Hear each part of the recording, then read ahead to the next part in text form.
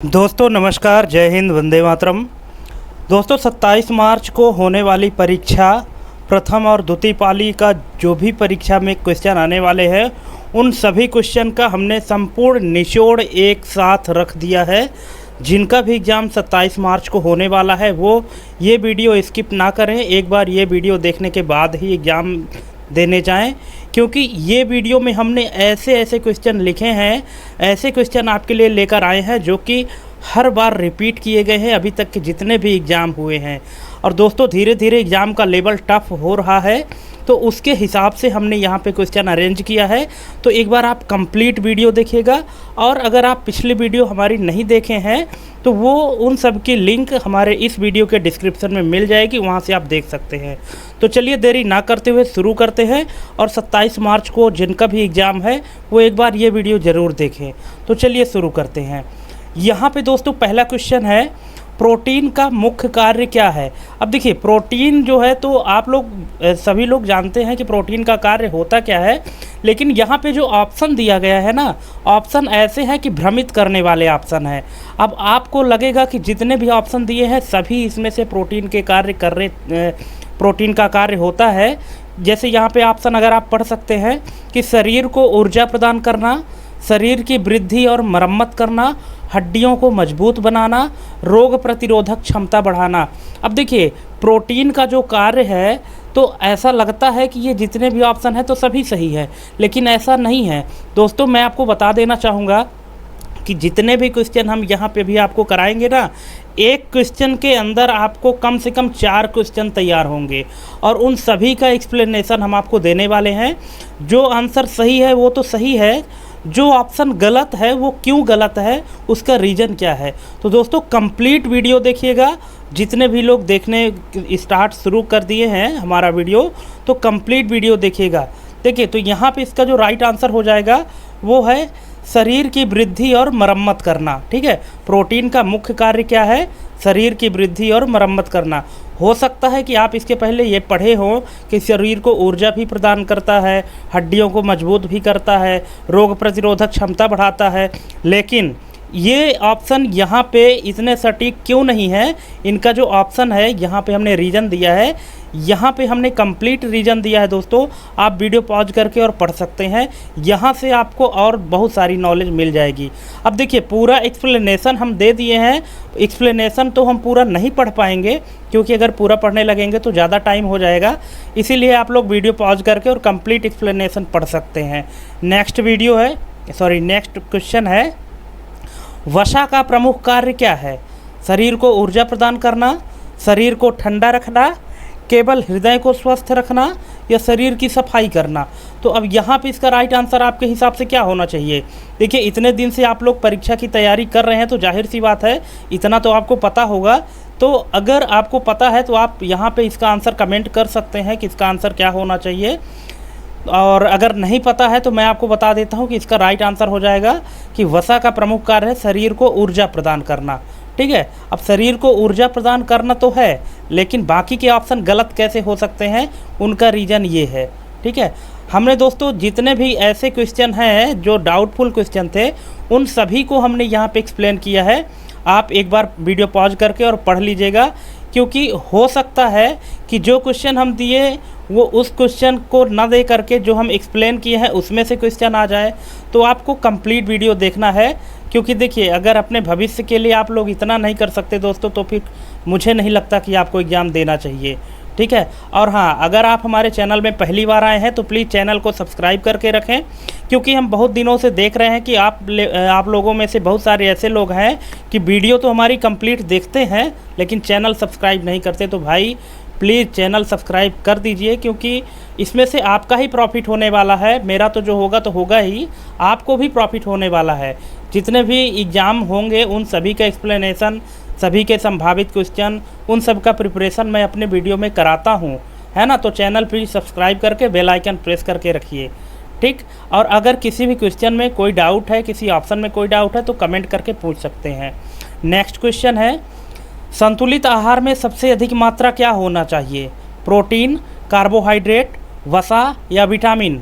तो इसका right answer हो जाएगा carbohydrate, option number B.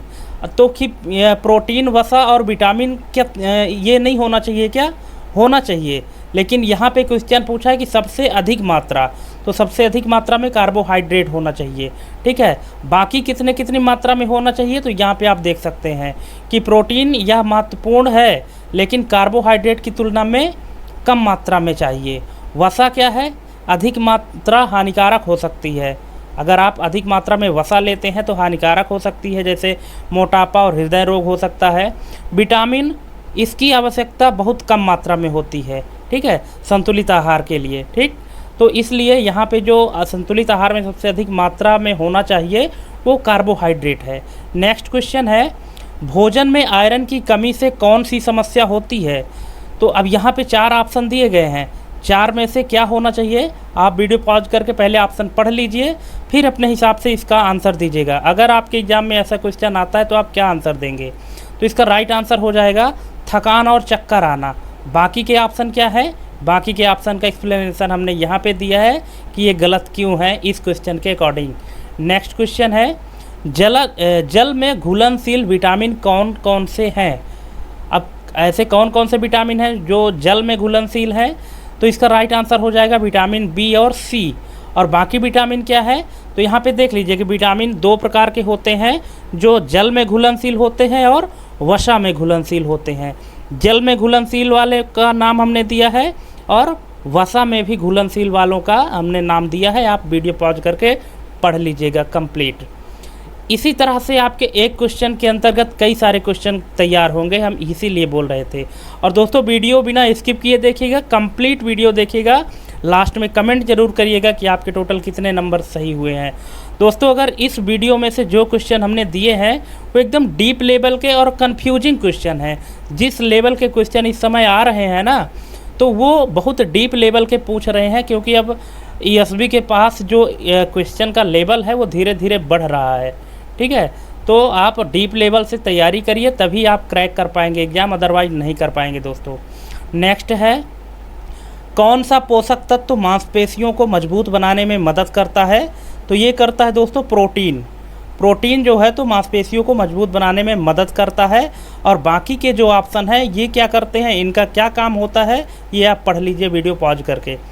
Next question है, कौन सा विटामिन प्रतिरोधक क्षमता, जिसको इम्यूनिटी कहते हैं, बढ़ाने में मदद करता है? तो ये विटामिन सी है, यहाँ पे ऑप्शन नंबर बी इसका राइट आंसर हो जाएगा।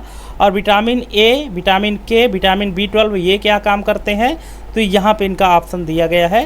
हालांकि आप लोगों को, बहुत सारे लोगों को पता होगा कि इनका क्या काम होता है, लेकिन फिर भी आप एक बार पढ़ लीजिए, क्योंकि आप एग्ज़ाम देने से पहले हमारी वीडियो देख रहे हैं, तो आपको एक बार रिमाइंड करना चाहिए दोस्तों, ऐसा ना हो कि आप एग्ज़ाम में जा कर के और कन्फ्यूज हो जाएं। नेक्स्ट है, भोजन में फाइबर की पर्याप्त मात्रा क्यों ज़रूरी है? तो ये इसलिए ज़रूरी है क्योंकि पाचन तंत्र को स्वस्थ रखने के लिए, ऑप्शन नंबर ए। बाकी चीज़ें क्या है? बाकी चीज़ों का एक्सप्लेनेशन हमने यहाँ पे दे दिया है, बाकी के जो ऑप्शन है। नेक्स्ट क्वेश्चन, निम्नलिखित में से कौन सा पोषक तत्व शरीर में ऊर्जा प्रदान नहीं करता है? अब देखिए क्वेश्चन पूछ रहा है कि कौन सा पोषक तत्व है जो शरीर में ऊर्जा प्रदान नहीं करता, कार्बोहाइड्रेट, प्रोटीन, विटामिन या वसा? तो अब यहाँ पे कंफ्यूजिंग वाले ऑप्शन है ना, इसमें से इसका राइट आंसर क्या होना चाहिए आपके हिसाब से? अगर आपको पता है तो वीडियो पॉज करके क्वेश्चन नंबर के साथ इसका आंसर कमेंट करिएगा, और अगर आपको नहीं पता तो देख लीजिए, इसका राइट आंसर हो जाएगा विटामिन। विटामिन ऐसा तत्व है जो शरीर में ऊर्जा प्रदान नहीं करता। तो फिर करता क्या है विटामिन? यहाँ पे देख लीजिए कि विटामिन शरीर को ऊर्जा प्रदान नहीं करते, बल्कि ये निम्न कार्य करते हैं। क्या क्या? चयापचय, जिसको मेटाबॉलिज्म कहते हैं, चयापचय में सहायता, रोग प्रतिरोधक क्षमता बढ़ाना, और कोशिकाओं की मरम्मत और वृद्धि में मदद करते हैं विटामिन। बाकी जो पोषक तत्व वाले है ना, वो है कार्बोहाइड्रेट है, प्रोटीन है और वसा है। नेक्स्ट क्वेश्चन है, फाइबर किस प्रकार के पोषक तत्वों में आता है? विटामिन में आता है कि कार्बोहाइड्रेट है कि प्रोटीन है कि खनिज है? अब बताइए। अब इस तरह के क्वेश्चन अगर आपके एग्जाम में आएंगे तो क्या आप इसका आंसर दे पाएंगे? दोस्तों अगर आप दे पाएंगे तो फिर आपकी तैयारी बहुत ज़बरदस्त है, मैं ये कहना चाहूँगा, क्योंकि ये जो क्वेश्चन है तो ऐसे क्वेश्चन है, क्वेश्चन तो आसान है लेकिन जो ऑप्शन है तो डाउटफुल ऑप्शन है। आप किसको यहाँ पे टिक करें समझ में नहीं आता है। इसका राइट आंसर हो जाएगा कार्बोहाइड्रेट। जो फाइबर है वो कार्बोहाइड्रेट के श्रेणी में आता है। ठीक है, यहाँ पे आप देख सकते हैं, यहाँ पे हमने पूरा इसका एक्सप्लेनेशन दिया है। नेक्स्ट है, कौन सा पोषक तत्व शरीर में एंजाइम और हार्मोन के निर्माण में सहायक होता है? तो ये होता है दोस्तों प्रोटीन, ऑप्शन नंबर बी। बाकी के ऑप्शन का हमने एक्सप्लेनेशन दिया है, आप वीडियो पॉज करके पढ़ सकते हैं और जहाँ भी डाउट हो तो आप हमसे पूछ लीजिएगा। नेक्स्ट क्वेश्चन, कौन सा पोषक तत्व शरीर के पीएच स्तर को संतुलित रखने में मदद करता है? तो ये है खनिज, ऑप्शन नंबर सी इसका राइट आंसर हो जाएगा, खनिज। बाकी चीज़ क्या करते हैं? बाकी चीज़ यहाँ पे विटामिन, प्रोटीन और वसा क्या करते हैं, यहाँ इनका एक्सप्लेनेशन दिया है, पढ़ लीजिए। नेक्स्ट है, शरीर में जल की कितनी प्रतिशत मात्रा होती है? शरीर में जल कितने प्रतिशत होता है? तो ये होता है 50 से 60%। अब देखिए यहाँ पे शरीर में जल की मात्रा पूछा है। अगर किसी स्पेसिफिक आयु वर्ग के लोगों की शरीर में जल की मात्रा पूछे तो वो फिर अलग हो जाएगा। तो यहाँ पे हमने पूरा एक्सप्लेन किया है कि मानव शरीर में जल की मात्रा उम्र, लिंग और शारीरिक संरचना के अनुसार भिन्न होती है, लेकिन सामान्य वयस्कों में यह 55 से 60% के आसपास होती है। ठीक है, अब जैसे बच्चों में जो है, जो शिशु होते हैं उनमें 75% जल की मात्रा होती है। ठीक है, जन्म के समय अधिक होती है। पुरुषों में 60%, महिलाओं में 55%, वृद्धों में भी 50% होता है। ठीक है, और मस्तिष्क और हृदय में 73% जल, फेफड़े में 83%, त्वचा में 64%, हड्डियों में 31%। ठीक, अब यहाँ पे एक नीचे नोट लिखा है, इसको ज़रूर पढ़िएगा कि 70 से 80% नवजात शिशुओं के लिए सही है, जबकि सामान्य वयस्कों के लिए 50 से 60% उचित है। अब अगर मान लीजिए कि क्वेश्चन में आपसे पूछ देता है कि नवजात शिशुओं के शरीर में जल की मात्रा कितने प्रतिशत होती है, तो फिर उसका आंसर हो जाएगा 70 से 80%। लेकिन यहाँ पे सिर्फ शरीर में पूछा है, कोई स्पेसिफिक यहाँ पे मेंशन नहीं किया है कि किसके शरीर में, तो फिर इसका राइट आंसर 50 से 60% होगा। ठीक है, नेक्स्ट क्वेश्चन है, कौन सा खनिज दांतों की सड़न को रोकने में सहायक होता है? अब दांतों में जो सड़न होते हैं तो उनके सड़न को रोकने के लिए कौन सा तत्व सहायक होता है? आयोडीन, फ्लोराइड, जिंक या फास्फोरस? तो इसका राइट आंसर है फ्लोराइड, ऑप्शन नंबर बी। ठीक है, फ्लोराइड का कार्य क्या क्या होता है, वीडियो पॉज करके थोड़ा सा यहाँ पे पढ़ लीजिएगा, फिर कंटिन्यू देखिएगा। नेक्स्ट क्वेश्चन है, शरीर में प्रोटीन का भंडारण किस रूप में होता है? ग्लाइकोजन, ग्लूकोज, वसा या शरीर में प्रोटीन का भंडारण नहीं होता? अब बताइए इसका राइट आंसर क्या हो जाएगा? इसका राइट आंसर होगा दोस्तों, शरीर में प्रोटीन का भंडारण नहीं होता। हो सकता है यहाँ पे बहुत सारे लोगों के ऑप्शन गलत हो सकते थे। ठीक है, कि आखिर प्रोटीन का भंडारण होता होगा तो किसी न किसी रूप में होता है। हो सकता है कि कुछ लोगों का आंसर सही भी होगा, लेकिन बहुत सारे लोगों का इसमें गलत होने के चांसेस हैं। तो इसका रीज़न क्या है, यहाँ पे आप देख सकते हैं कि शरीर में प्रोटीन का भंडारण नहीं होता, बल्कि यह अमीनो एसिड के रूप में टूट जाता है और फिर ऊर्जा के लिए या अन्य कार्यों के लिए उपयोग किया जाता है। नेक्स्ट क्वेश्चन है, विटामिन B12 की कमी से कौन सा रोग हो सकता है? विटामिन B12 की कमी से कौन सा रोग हो सकता है? यहाँ पे इसका राइट आंसर क्या हो जाएगा? पर्नीशियम एनीमिया। पर्नीशियम एनीमिया जो है तो विटामिन B12 की कमी से हो सकता है ना। विटामिन B12 की कमी से यहाँ पे और क्या क्या हो सकता है, यहाँ पे आप देख सकते हैं। नेक्स्ट क्वेश्चन है, शरीर में पानी का मुख्य कार्य क्या है? तो शरीर में पानी का मुख्य कार्य क्या है? शरीर का तापमान संतुलित रखना, ऑप्शन नंबर बी। यहाँ पे एक्सप्लेन हमने कर दिया है, बाकी के ऑप्शन क्यों गलत हैं यहाँ पे आप पढ़ सकते हैं। नेक्स्ट है, प्रोटीन के निर्माण खंड क्या कहलाते हैं? प्रोटीन के निर्माण खंड जिसको बिल्डिंग ब्लॉक कहते हैं, क्या कहलाते हैं? Fatty acid, amino acid, monosaccharide या पॉलीसैक्राइड? तो दोस्तों इसका राइट आंसर क्या होगा, क्या आपको पता है? और हाँ, आप हमको कमेंट करके बताइएगा कि क्या इस तरह के क्वेश्चन आप इसके पहले सॉल्व किए हैं। अगर आप सॉल्व किए हैं तब इनका आंसर आप आसानी से दे पाएंगे और आपके मैक्सिमम आंसर आने के, सही आंसर आने के चांसेस हैं। लेकिन अगर आप नहीं किए हैं तो फिर आपके गलत होने के चांसेस भी हैं। तो इसका राइट आंसर यहाँ पे हो जाएगा एमिनो एसिड। प्रोटीन के निर्माण खंड को एमिनो एसिड भी कहते हैं। ठीक है, नेक्स्ट क्वेश्चन, खनिज तत्वों को कितने भागों में विभाजित किया गया है? 2, 3, 4 या 5? तो दोस्तों खनिज तत्वों को 2 भागों में विभाजित किया गया है। कौन कौन सा है? प्रमुख खनिज और सूक्ष्म खनिज, जिसको माइक्रो मिनरल्स और माइक्रो मिनरल्स, मैक्रो और माइक्रो मिनरल्स इनको कहते हैं। यहाँ पे आप वीडियो पॉज करके थोड़ा सा पढ़ लीजिएगा तो आपको कंप्लीट जानकारी मिल जाएगी। नेक्स्ट है, शरीर में सबसे अधिक मात्रा में पाया जाने वाला खनिज कौन सा है? तो ये है दोस्तों कैल्शियम। कितना पाया जाता है यहाँ पे हमने पूरा एक्सप्लेन कर दिया है। और बाकी के जो तत्व हैं ये भी शरीर में पाए जाते हैं, लेकिन कितनी मात्रा में पाए जाते हैं इन सब का मात्रा यहाँ पे कम है कैल्शियम की अपेक्षा। कैल्शियम कितना है? 1 से 1.5 किलोग्राम कैल्शियम होता है एक वयस्क मानव शरीर में। नेक्स्ट क्वेश्चन है, कौन सा खनिज थायराइड हार्मोन के निर्माण में सहायक होता है? आयरन, सोडियम, आयोडीन या सल्फर? तो इसका राइट आंसर हो जाएगा आयोडीन। ठीक है, नेक्स्ट है, शरीर में फास्फोरस का मुख्य कार्य क्या है? तो इसका मुख्य कार्य है ऊर्जा का भंडारण और स्थानांतरण, ऑप्शन नंबर ए।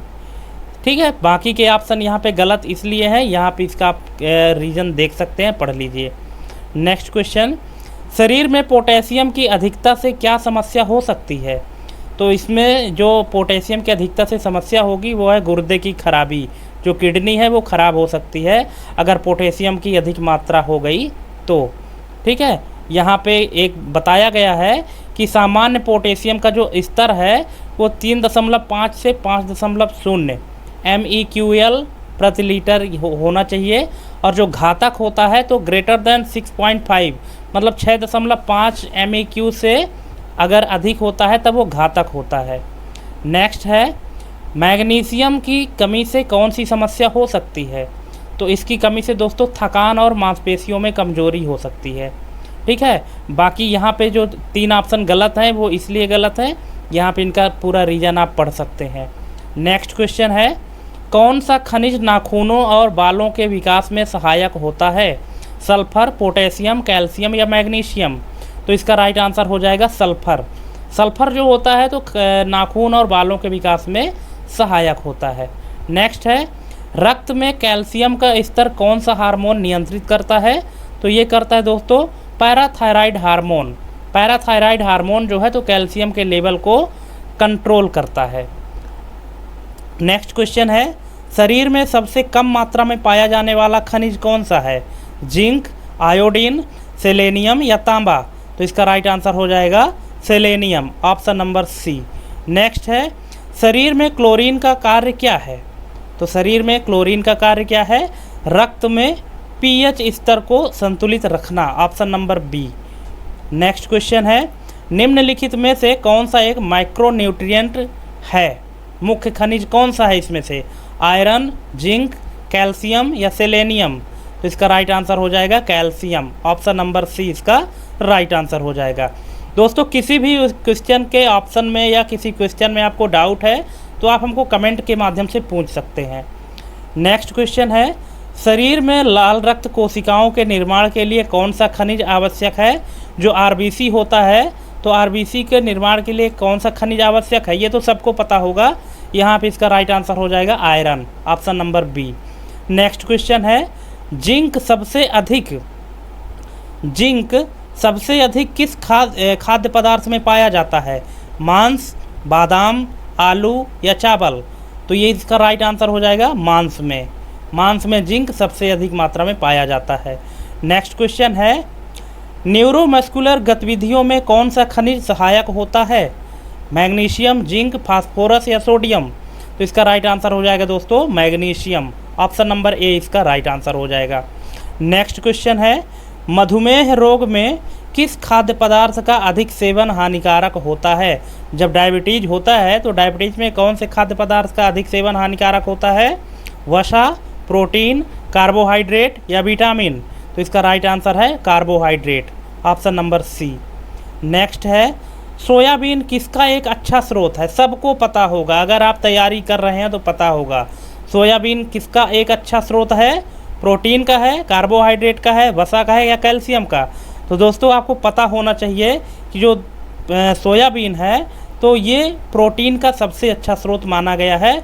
और एक चीज़, जो दलहन चीज़ें होती हैं, दाल में अधिक मात्रा में क्या पाया जाता है? प्रोटीन ही पाया जाता है। नेक्स्ट है, केला किसका प्रमुख स्रोत है? जो केला है तो केला से हमको क्या मिलता है? कैल्शियम, फास्फोरस, पोटेशियम या सोडियम? तो इसका राइट आंसर हो जाएगा पोटेशियम। केला जो है तो पोटेशियम का प्रमुख स्रोत माना गया है। ऑप्शन नंबर सी इसका राइट आंसर हो जाएगा। नेक्स्ट क्वेश्चन, शरीर में नाइट्रोजन संतुलन बनाए रखने के लिए आवश्यक पोषक तत्व कौन सा है? तो ये है दोस्तों protein, option number B. Next है, मानव शरीर में ग्लूकोज को ग्लाइकोजन में बदलने की प्रक्रिया को क्या कहा जाता है? ये क्वेश्चन हमने अपने पिछले वीडियो में कराया था। अगर आप हमारी पिछली वीडियो देखे होंगे तो यहाँ पे आपको इसका आंसर पता हो गया होगा, ठीक है। और यदि आप पिछली वीडियो नहीं देखे हैं तो इस वीडियो के डिस्क्रिप्शन में उसका लिंक मिल जाएगा, या कि आप हमारे चैनल ऑफिस नो प्रॉब्लम में जा कर के भी देख सकते हैं, ठीक है। तो यहाँ पे जो ग्लूकोज को ग्लाइकोजन में बदलने की प्रक्रिया है इसको कहते हैं दोस्तों ग्लाइकोजेनेसिस। ऑप्शन नंबर डी इसका राइट आंसर हो जाएगा। नेक्स्ट क्वेश्चन है, निम्नलिखित में से कौन सा आवश्यक अमीनो एसिड नहीं है? निम्नलिखित में से कौन सा आवश्यक अमीनो एसिड नहीं है? लाइसिन, आर्जिनिन, ग्लाइसिन या ट्रिप्टोफैन? तो इसका राइट आंसर हो जाएगा glycine, option number C. Option number C इसका राइट आंसर हो जाएगा।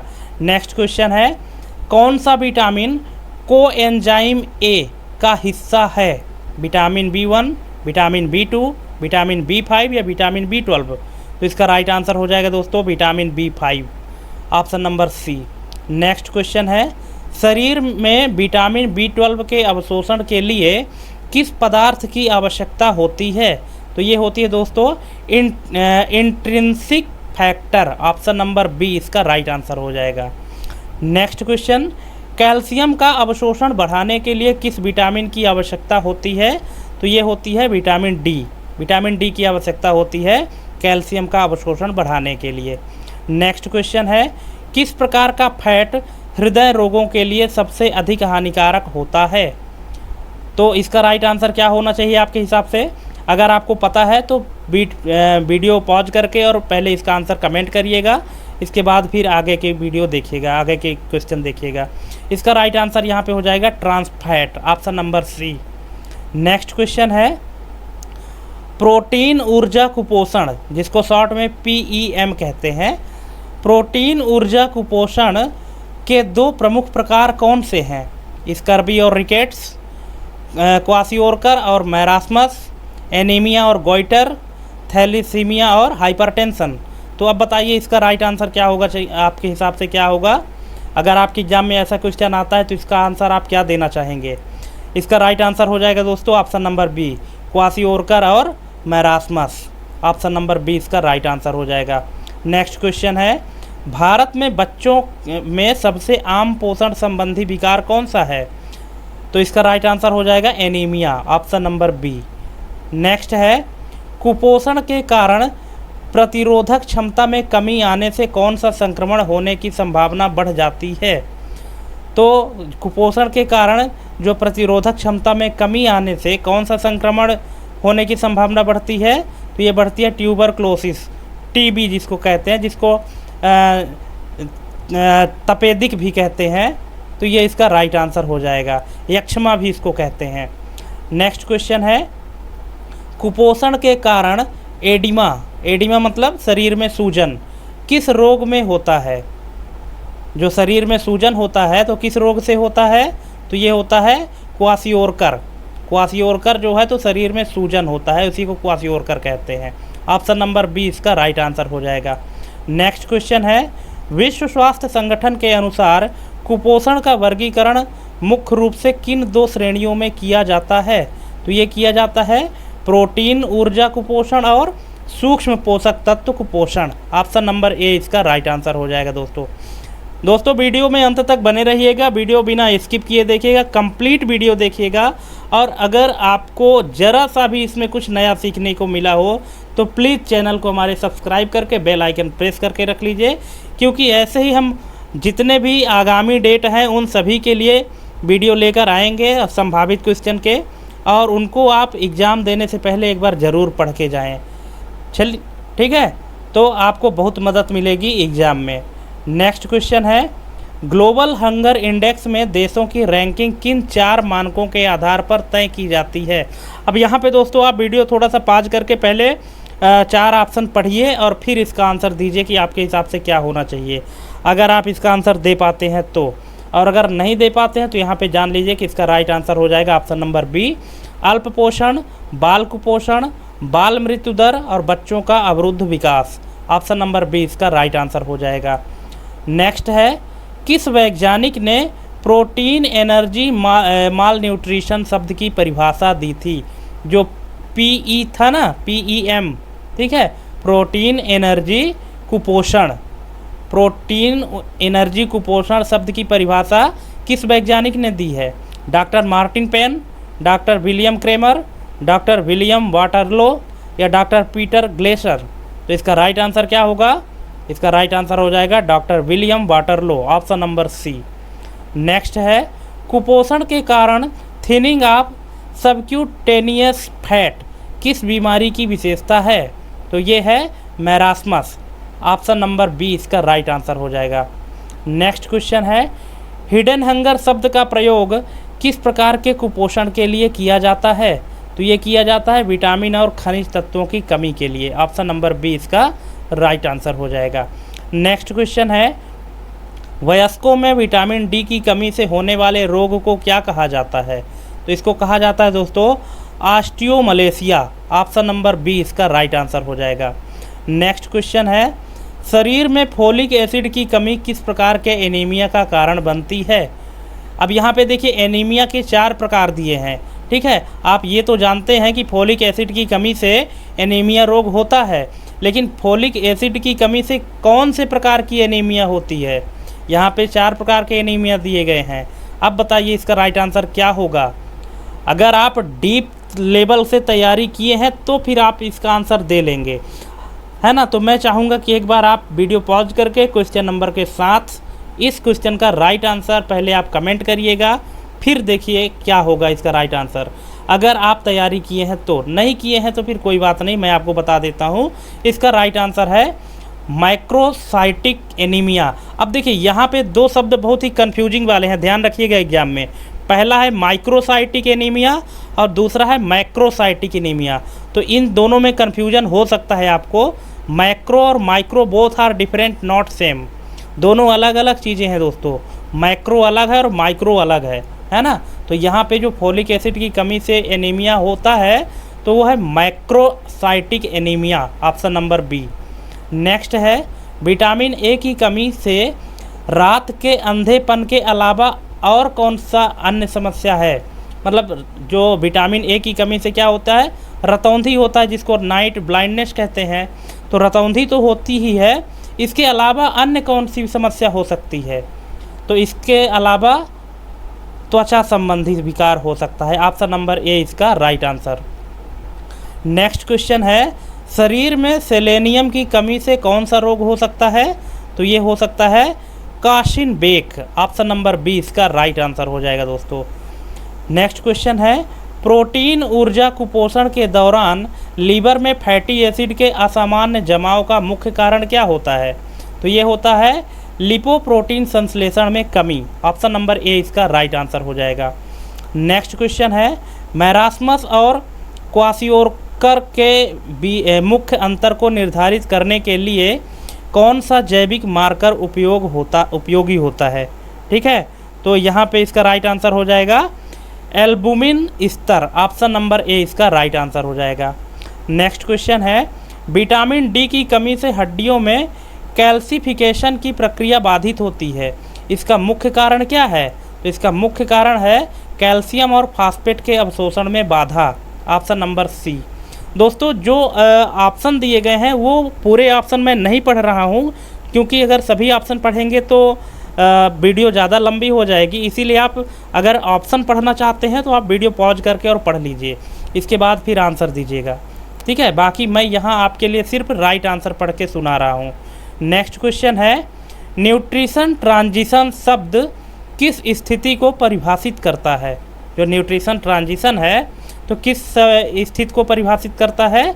तो ये परिभाषित करता है पारंपरिक आहार से आधुनिक उच्च कैलोरी आहार में बदलाव। Option number C. नेक्स्ट है, भारत में double burden of mall nutrition शब्द का क्या अर्थ है? तो इसका अर्थ है कुपोषण और मोटापे का सह अस्तित्व। Option number B.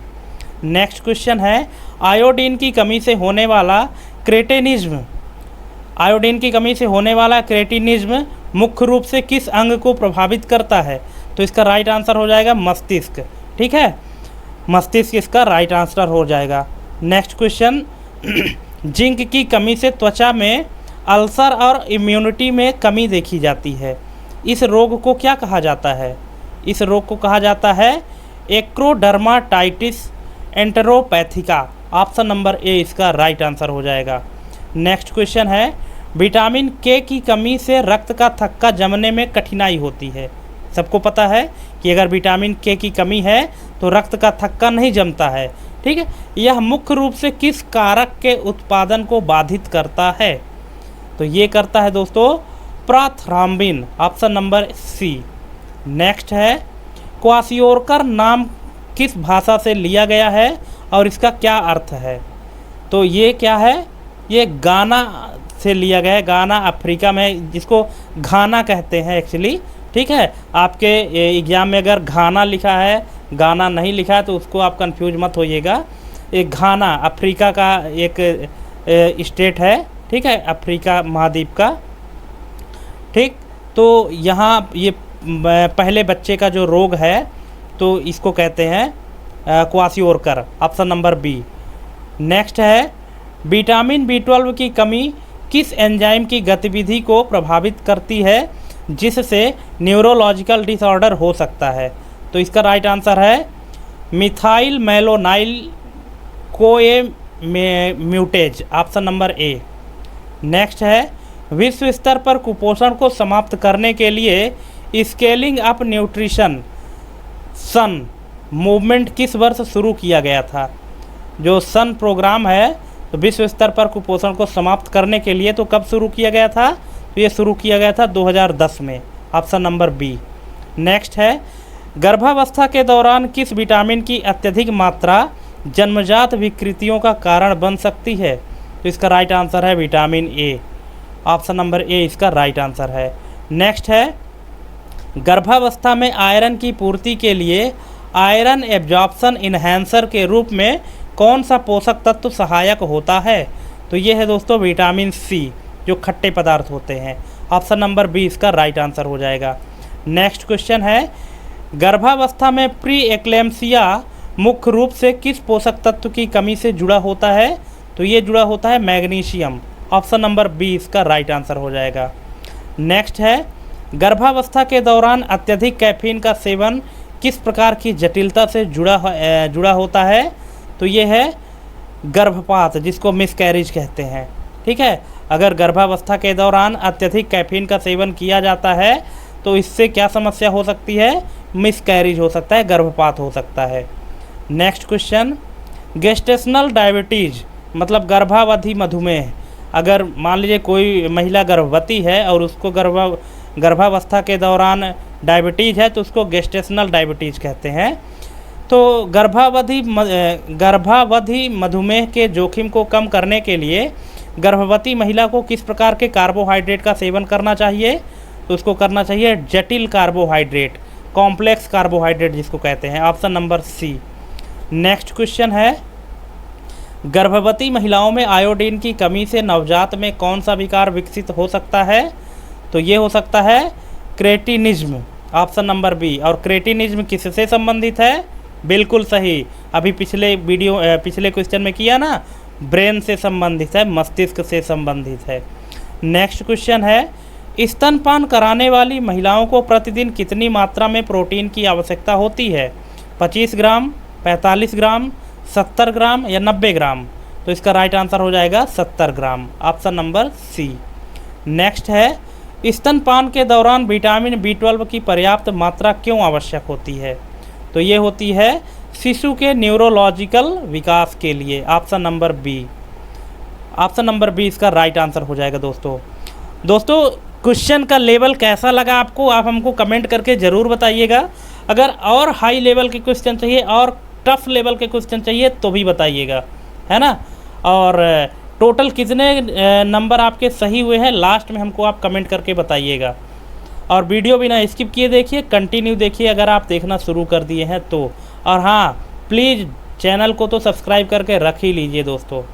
Next question है, माँ के दूध में वसा की मात्रा को बढ़ाने के लिए उसे अपने आहार में किन पोषक तत्वों को प्राथमिकता देनी चाहिए? संतृप्त वसा, असंतृप्त वसा, ट्रांस फैट या केवल प्रोटीन? तो इसका राइट आंसर क्या हो जाएगा? असंतृप्त वसा, unsaturated fats, option number B.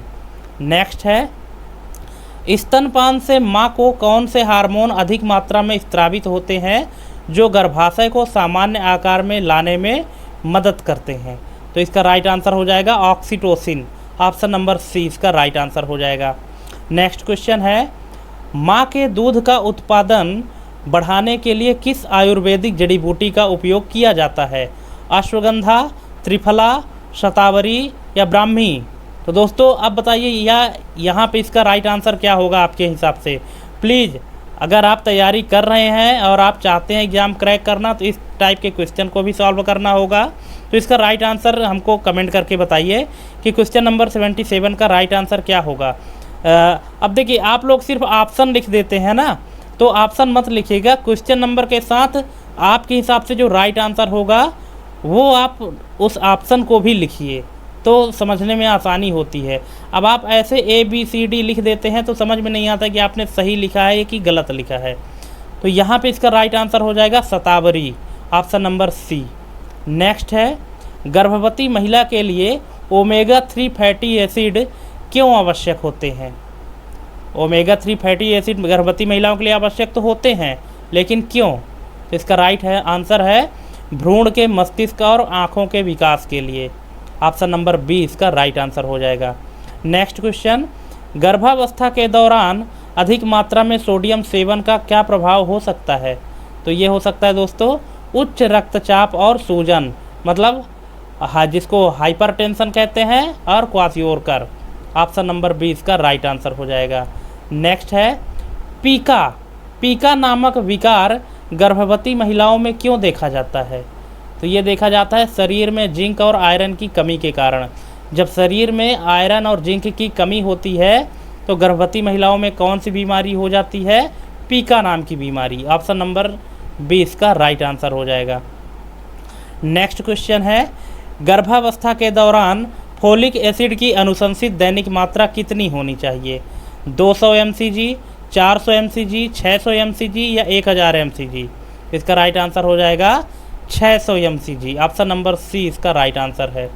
Next question है, गर्भावस्था के दौरान हाइपरक्लेमेसिया मतलब अत्यधिक कैल्शियम स्तर से क्या समस्या हो सकती है? तो ये हो सकती है प्लेसेंटा में कैल्सिफिकेशन, ऑप्शन नंबर डी इसका राइट आंसर हो जाएगा दोस्तों। नेक्स्ट है, नवजात शिशु के लिए पहला स्तनपान कितने समय के भीतर कराया जाना चाहिए? 1 घंटे के भीतर, 3 घंटे के भीतर, 6 घंटे के भीतर या 12 घंटे के भीतर? तो इसका राइट आंसर है 1 घंटे के भीतर, ऑप्शन नंबर ए।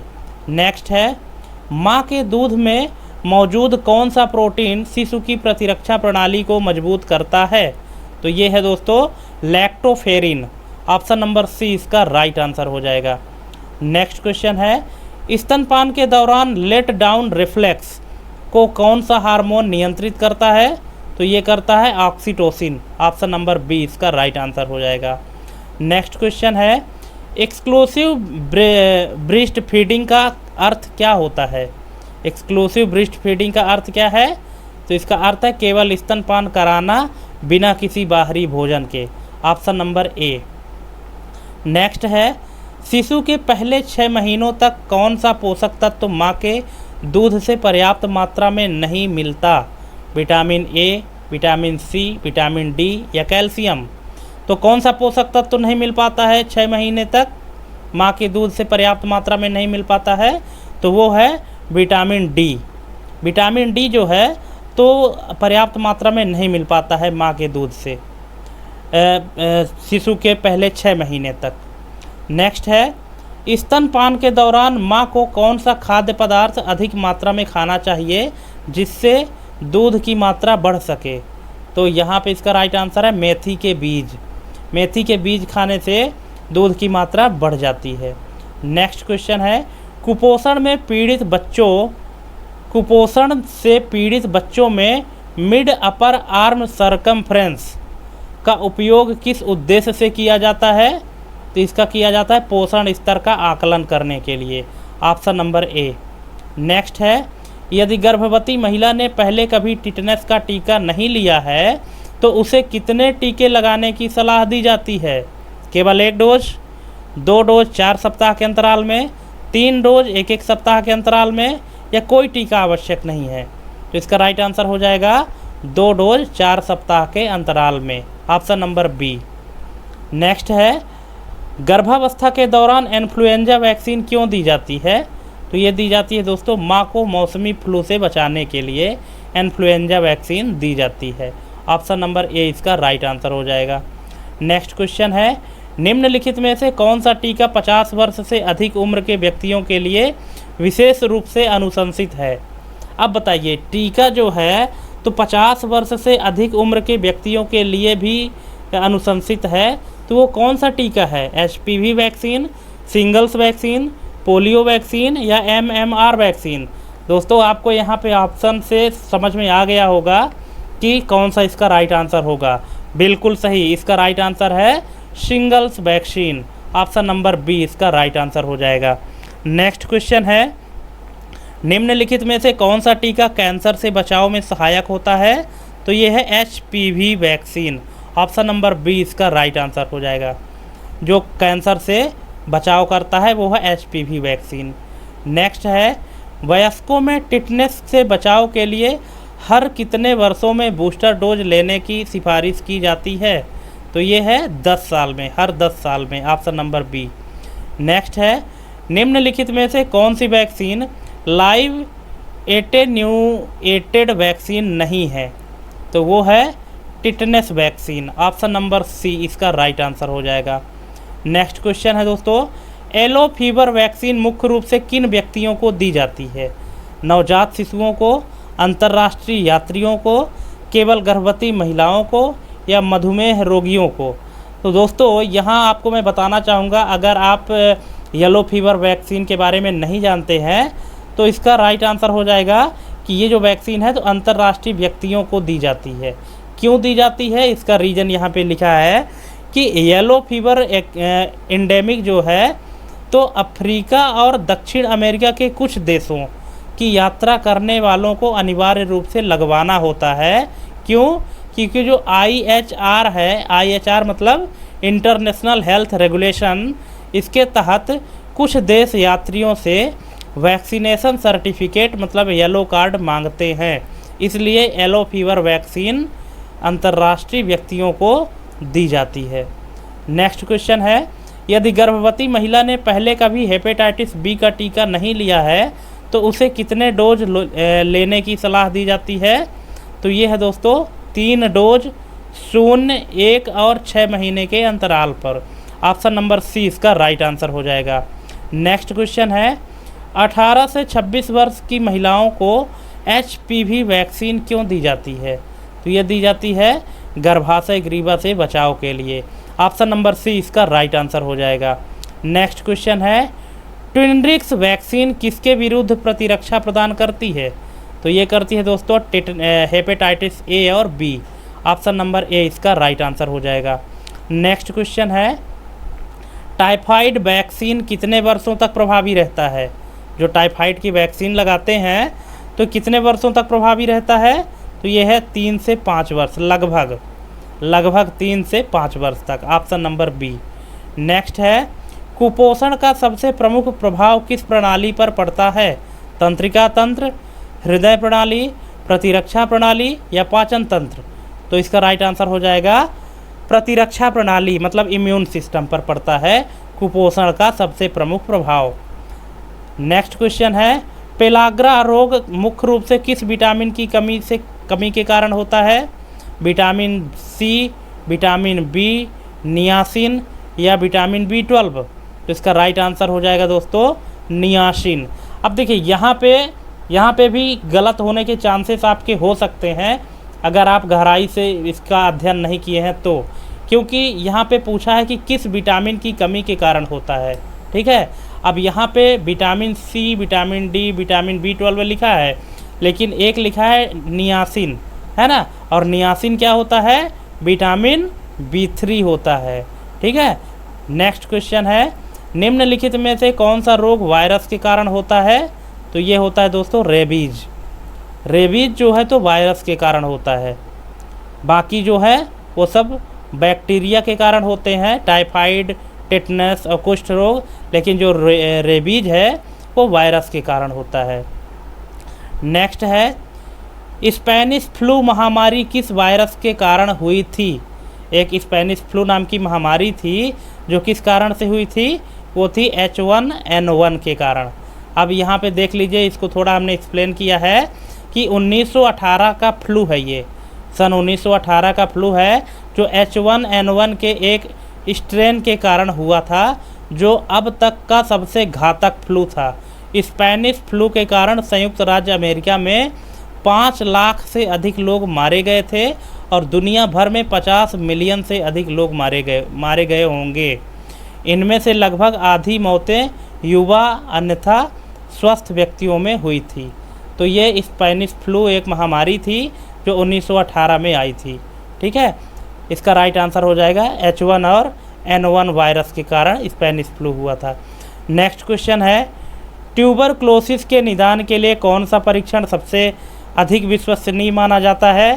तो यह है Mantoux test, option number B. Next question है, डेंगू बुखार के लिए कौन सा मच्छर उत्तरदायी होता है? इसको हमने कई बार बताया है, तो यह है एडीज एजिप्टी मच्छर डेंगू बुखार के लिए।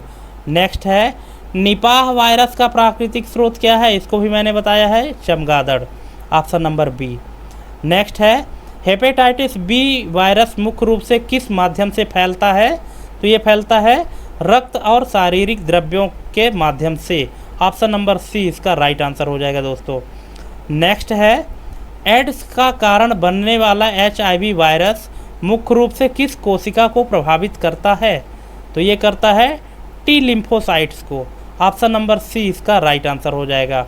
नेक्स्ट है, मलेरिया के लिए उत्तरदायी प्लाज्मोडियम प्रजाति में से कौन सा सबसे खतरनाक माना जाता है?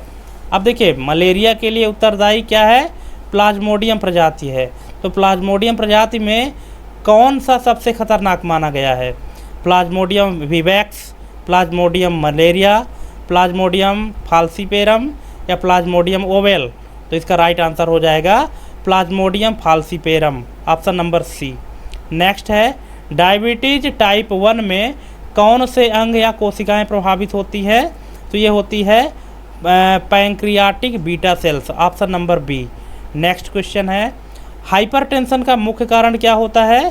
तो इसका मुख्य कारण है धमनियों का संकुचित हो जाना, ऑप्शन नंबर सी इसका राइट आंसर हो जाएगा। नेक्स्ट क्वेश्चन, कैंसर का अध्ययन किस शाखा के अंतर्गत किया जाता है? जो कैंसर होता है तो इसका अध्ययन किस शाखा के अंतर्गत करते हैं? न्यूरोलॉजी, ऑन्कोलॉजी, एंडोक्राइनोलॉजी या माइक्रोबायोलॉजी? तो अब बताइए इसका आंसर क्या आपको पता है? अगर पता है तो प्लीज़ कमेंट करिएगा। क्वेश्चन नंबर के साथ में वो ऑप्शन भी लिखिए कि कौन सा इसका राइट आंसर होगा, अगर पता है तो। नहीं पता तो देख लीजिए कि जो कैंसर का अध्ययन किया जाता है तो वो ऑन्कोलॉजी शाखा के अंतर्गत किया जाता है, ऑप्शन नंबर बी इसका राइट आंसर हो जाएगा। नेक्स्ट है, सिकल सेल एनीमिया किस कारण से होता है? तो ये होता है दोस्तों असामान्य हीमोग्लोबिन संरचना के कारण, ऑप्शन नंबर बी इसका राइट आंसर हो जाएगा। नेक्स्ट है, अल्जाइमर रोग किस अंग से संबंधित होता है? अल्जाइमर, तो ये है दोस्तों मस्तिष्क से संबंधित, ऑप्शन नंबर सी इसका राइट आंसर हो जाएगा। नेक्स्ट है सोराइसिस। सोराइसिस रोग का मुख्य कारण क्या होता है? तो ये है ऑटो इम्यून प्रतिक्रिया, ऑप्शन नंबर बी। नेक्स्ट है रिंग वॉर्म, जिसको दाद कहते हैं। रिंग वॉर्म संक्रमण किसके कारण होता है? तो ये होता है फंगस के कारण, ऑप्शन नंबर सी। नेक्स्ट है विटिलिगो। विटिलिगो मीन्स सफ़ेद दाग जिसको कहते हैं, शरीर में होता है ना सफ़ेद दाग। तो विटिलिगो में किस त्वचा वर्णक की कमी होती है? तो ये होती है दोस्तों मेलानिन, ऑप्शन नंबर सी इसका राइट आंसर हो जाएगा। नेक्स्ट क्वेश्चन है हर्पेस सिम्प्लेक्स वायरस मुख्य रूप से किस प्रकार का संक्रमण फैलाता है? तो ये फैलाता है viral infection, option number C. Next है प्रायन से उत्पन्न होने वाला कौन सा रोग मनुष्यों में पाया जाता है?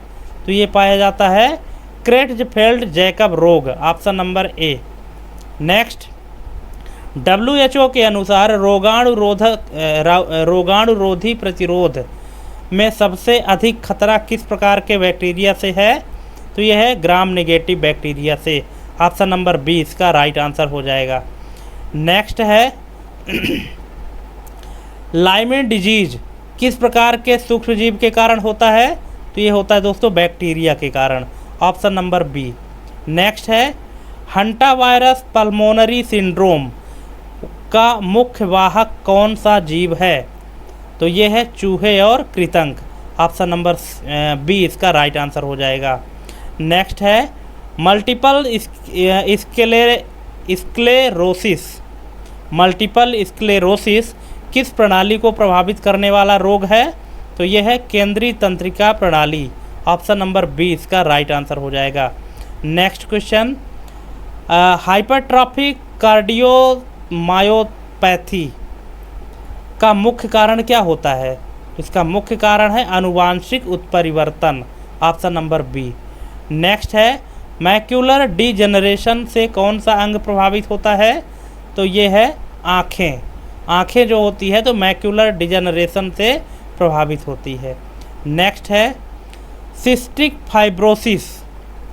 सिस्टिक फाइब्रोसिस रोग किस जीन में उत्परिवर्तन के कारण होता है? तो ये होता है BRCA1, ऑप्शन नंबर ए इसका राइट आंसर हो जाएगा। नेक्स्ट क्वेश्चन है ग्रेव्स डिजीज। ग्रेव्स रोग किस अंग को प्रभावित करता है? तो ये करता है थायराइड ग्रंथि को, option number C. Next question रोड़ा।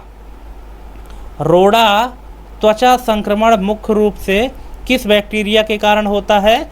तो ये होता है दोस्तों स्टाफिलोकोकस आरिसस, ऑप्शन नंबर ए इसका राइट आंसर हो जाएगा। नेक्स्ट है पेम्फिगस वल्गेरिस रोग में त्वचा किस प्रकार के लक्षण दिखाई देते हैं? तो ये दिखाई देते हैं जल भरे छाले। वो छाले जो पड़े होते हैं उनके अंदर पानी भरा होता है, ठीक है। तो ये इसका राइट आंसर हो जाएगा। नेक्स्ट क्वेश्चन है स्क्रब टाइफस का वाहक कौन होता है? तो ये होता है घुन, जिसको माइट कहते हैं, ऑप्शन नंबर सी इसका राइट आंसर हो जाएगा। नेक्स्ट क्वेश्चन है लासा बुखार मतलब लासा फीवर का मुख्य कारण क्या है? इसका मुख्य कारण है virus, option number B. Next है क्रेट्ज़फेल्ड जैकब रोग से जुड़े प्रायन प्रोटीन में मुख्य परिवर्तन क्या होता है? तो इसका है प्रोटीन का असामान्य folding, option number C. Next है निपाह वायरस संक्रमण का मुख्य लक्षण क्या होता है? जो निपाह वायरस अभी आप लोगों ने पढ़ा पिछले क्वेश्चन में कि जो निपाह वायरस का जिसके कारण फैलता है वो क्या है? चमगादड़, ठीक है। तो इसमें संक्रमण का मुख्य लक्षण क्या होता है? घातक न्यूरोलॉजिकल विकार, ऑप्शन नंबर बी। नेक्स्ट है चिकुनगुनिया वायरस किस परिवार से संबंधित है? तो ये संबंधित है टोगाविरिडी, ऑप्शन नंबर बी इसका राइट आंसर हो जाएगा। नेक्स्ट क्वेश्चन है एमियोट्रोफिक लेटरल स्क्लेरोसिस में कौन सी कोशिकाएं सबसे अधिक प्रभावित होती हैं? तो ये होती है मस्तिष्क की न्यूरॉन्स, ऑप्शन नंबर ए इसका राइट आंसर हो जाएगा। नेक्स्ट क्वेश्चन है फैब्री रोग किसके कारण होता है?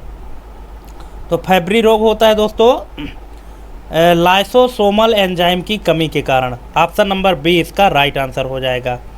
नेक्स्ट है पार्किंसंस रोग में मस्तिष्क का कौन सा भाग प्रभावित होता है? तो ये होता है सबस्टेंटिया नाइग्रा। ऑप्शन नंबर सी इसका राइट आंसर हो जाएगा। नेक्स्ट क्वेश्चन मार्फन सिंड्रोम, जो मार्फन सिंड्रोम होता है में कौन सा जीन दोषपूर्ण होता है? तो ये होता है FBN1। Option number A. Next है एहलर्स डैनलोस सिंड्रोम मुख्य रूप से किस संरचनात्मक प्रोटीन की असामान्यताओं से संबंधित है? तो ये है कोलेजन। ऑप्शन नंबर बी इसका राइट आंसर हो जाएगा। नेक्स्ट एपिडर्मोलिसिस बुलोसा रोग में मुख्य रूप से कौन सा प्रोटीन दोषपूर्ण होता है? तो ये होता है keratin. Option number B. Next है टॉक्सिक एपिडर्मल नेक्रोलिसिस मुख्य रूप से किस कारण से उत्पन्न होता है? तो ये उत्पन्न होता है दवा से एलर्जी प्रतिक्रिया। Option number B. नेक्स्ट है स्टीवंस जॉनसन सिंड्रोम में सबसे गंभीर लक्षण क्या हो सकते हैं? तो ये है नेक्रोलाइटिक एपिडर्मल क्षति। Option number C. Next question है मोलस्कम कंटेजियोसम रोग किस प्रकार के वायरस से होता है? तो ये होता है pox virus. Option number A. Next है संसद आदर्श ग्राम योजना किस वर्ष शुरू की गई थी? तो ये शुरू की गई थी दोस्तों 2014 में। नेक्स्ट राष्ट्रीय ग्राम स्वराज अभियान का उद्देश्य क्या है? तो इसका उद्देश्य है पंचायत राज संस्थाओं को सशक्त बनाना। ऑप्शन नंबर ए इसका राइट आंसर हो जाएगा। नेक्स्ट क्वेश्चन है राष्ट्रीय रुर्बन मिशन का मुख्य लक्ष्य क्या है? तो इसका मुख्य लक्ष्य है ग्रामीण क्षेत्रों में शहरी सुविधाएं उपलब्ध कराना। Option number A. Next NRLM मतलब राष्ट्रीय ग्रामीण आजीविका मिशन के तहत महिला स्व सहायता समूहों को कितनी राशि तक का ऋण बिना गारंटी के दिया जाता है? तो ये दिया जाता है 10 लाख रुपए। Option number B. नेक्स्ट है स्मार्ट सिटी मिशन के तहत कितने शहरों का चयन किया गया था? 50, 75, 100 या 150? तो दोस्तों स्मार्ट सिटी जो प्रोजेक्ट था उसके अंतर्गत टोटल 100 मतलब 100 शहरों को चयन किया गया था। नेक्स्ट है अटल नवीकरण एवं शहरी परिवर्तन मिशन का उद्देश्य क्या है? तो इसका उद्देश्य है शहरों में जल आपूर्ति और सीवरेज प्रणाली का विकास करना। Option number A. Next question है स्वच्छ भारत मिशन शहरी के तहत कौन सा प्रमुख लक्ष्य निर्धारित किया गया था? तो इसका है खुले में शौच मुक्त शहर बनाना। ऑप्शन नंबर ए इसका राइट आंसर हो जाएगा। नेक्स्ट है राष्ट्रीय शहरी आजीविका मिशन का मुख्य उद्देश्य क्या है? इसका मुख्य उद्देश्य है शहरी गरीबों को स्वरोजगार और कौशल प्रशिक्षण प्रदान करना। Option number A. Next question राष्ट्रीय शहरी स्वास्थ्य मिशन का उद्देश्य क्या है? इसका मुख्य उद्देश्य है शहरी गरीबों को बेहतर स्वास्थ्य सेवाएं प्रदान करना। दोस्तों बाकी के जो ऑप्शन दिए गए हैं इन ऑप्शन को भी आप पढ़ लीजिए क्योंकि कंफ्यूजिंग वाले ऑप्शन है ना, तो इसको आप पढ़े रहेंगे तो आपको ध्यान में रहेगा कि राइट आंसर क्या होगा। नेक्स्ट क्वेश्चन है स्टैंड अप इंडिया योजना का मुख्य उद्देश्य क्या है? इसका मुख्य उद्देश्य है महिलाओं और SC/ST उद्यमियों को वित्तीय सहायता प्रदान करना। Option number A. Next question प्रधानमंत्री कृषि सिंचाई योजना का मुख्य नारा क्या है? इसका मुख्य नारा है हर खेत को पानी। Option number A. नेक्स्ट है सांसद आदर्श ग्राम योजना के अंतर्गत एक सांसद को कितने गांवों को गोद लेना होता है? तो इसका राइट आंसर है 3 गांव। ठीक है, 3 गांवों को गोद लेना होता है। नेक्स्ट है स्मार्ट सिटी मिशन के तहत सरकार द्वारा अनुमोदित बजट का कितना प्रतिशत केंद्र सरकार प्रदान करती है? तो ये करती है 50%। 50% क्या है केंद्र सरकार जो है तो प्रदान करती है बजट का। नेक्स्ट है अटल नवीकरण एवं शहरी परिवर्तन मिशन के तहत शहरी बुनियादी ढांचा सुधारने के लिए कितने वर्षों का लक्ष्य रखा गया है? तो ये रखा गया है 5 वर्ष, ऑप्शन नंबर बी। नेक्स्ट है स्वच्छ भारत मिशन शहरी के तहत 2019 तक भारत को ODF घोषित करने का लक्ष्य किसके अंतर्गत रखा गया था? तो ये रखा गया था SBMU phase first, option number A इसका राइट आंसर हो जाएगा। नेक्स्ट, प्रधानमंत्री रोजगार सृजन कार्यक्रम के अंतर्गत ग्रामीण उद्यमियों को अधिकतम कितनी अनुदान सहायता दी जाती है? तो ये दी जाती है दोस्तों 35%, ऑप्शन नंबर डी इसका राइट आंसर हो जाएगा। तो दोस्तों इस तरह से हमने आपको टोटल 160 क्वेश्चन कंप्लीट करा दिए हैं। आप हमको कमेंट करके ज़रूर बताइएगा कि आपके टोटल कितने क्वेश्चन सही और कितने गलत हुए हैं, और अगर किसी भी क्वेश्चन में कोई डाउट है तो प्लीज़ कमेंट करके पूछ लीजिएगा, ठीक है। और हमको कमेंट करके ज़रूर बताइएगा कि आपको हमारे क्वेश्चन का लेवल कैसा लगा, और अगर आपको और हाई लेवल के क्वेश्चन चाहिए तो भी बताइएगा। तो ठीक है, आज के लिए बस इतना ही। थैंक्स फॉर वॉचिंग हमारी ये कंप्लीट वीडियो देखने के लिए, और आगे की वीडियो पाने के लिए हमारे चैनल को सब्सक्राइब करना ना भूलें। चैनल सब्सक्राइब करके बेल आइकन प्रेस कर लीजिए, और आगामी जो भी डेट है उन सभी डेट के लिए हम संभावित क्वेश्चन आपके लिए लेकर आएंगे। तो चलिए आज के लिए बस इतना ही दोस्तों, मिलते हैं अपने अगले वीडियो में। तब तक के लिए जय हिंद, वंदे मातरम।